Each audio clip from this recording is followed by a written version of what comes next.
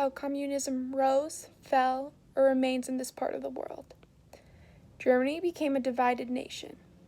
The West Germany, the democratic nations let the people write a constitution and regain self-government.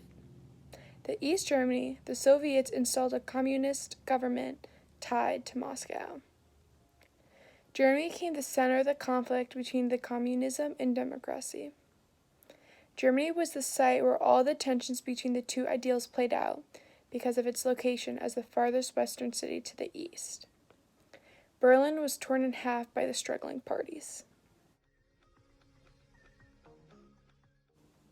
Stalin's resentment at Western moves to rebuild Germany triggered a crisis over Berlin.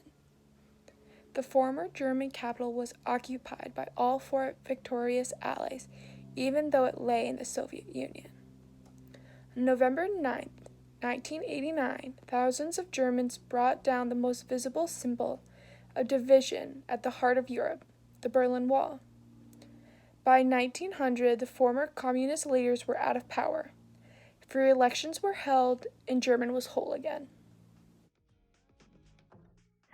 The direct/indirect impact of the Cold War in this part of the world. Effects on Berlin. The Berlin Wall was a chilling symbol of the Iron Curtain that divided all of Europe between communism and democracy. Berlin was at the heart of the Cold War.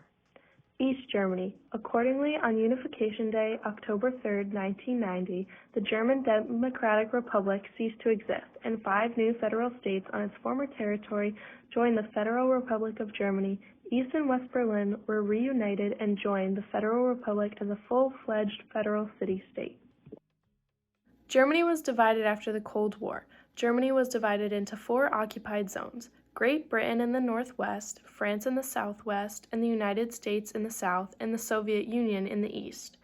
West Germany was allied with the US and the UK and France, and became a Western capitalist country with a market economy. Cold War-related events or historical figures from these nations. In 1949, Germany formally split into 2 independent nations. Germany was split from 1949 to 1987. East Germany, or the German Democratic Republic, was under the Soviet Union. West Germany, or the Federal Republic of Germany, was allied with Great Britain and France. In 1987, President Ronald Reagan gave the speech in Berlin where he asked the leader of the Soviet Union to tear down this wall. On November 9, 1989, the announcement was made that the borders were open and people could freely move between Eastern and Western Germany. The celebrations of the people resulted in much of the wall being torn down by people chipping it away. On October 3, 1990, Germany was officially reunified into a single country. The Iron Curtain between East Germany and West Berlin has come tumbling down. East Germany announced today it is opening its borders, allowing its citizens to go anywhere they wish. The future of the Berlin Wall is now up in the air. East Germany's communist leaders have now taken a symbolic sledgehammer to that wall. It's conceivable, I suppose, now that the real sledgehammers will soon be brought out on that wall. Other Cold War-related events and or historical figures from these nations.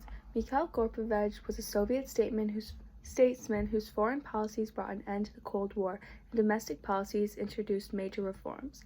On June 12, 1987, in one of his most famous Cold War speeches, President Ronald Reagan challenged the Soviet leader to tear down the Berlin Wall, a symbol of the repressive communist era and a divided Germany. Gorbachev eased Cold War tension to help economic growth and discussed issues throughout the Soviet Union.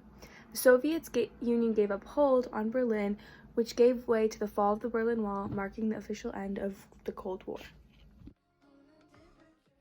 The leader of Germany during the Cold War was Konrad Adenauer. He was firmly anti-communist and supported NATO. He was a key figure in the rebuilding of Germany after World War II. He was elected Chancellor of the Federal Republic of Germany in 1949. His main goal was to ensure West Germany's transition to a democratic state. He wanted to achieve stability, economic prosperity, and international respect. He also advocated for the unity of Europe. However, Adenauer did not want to recognize the German Democratic Republic.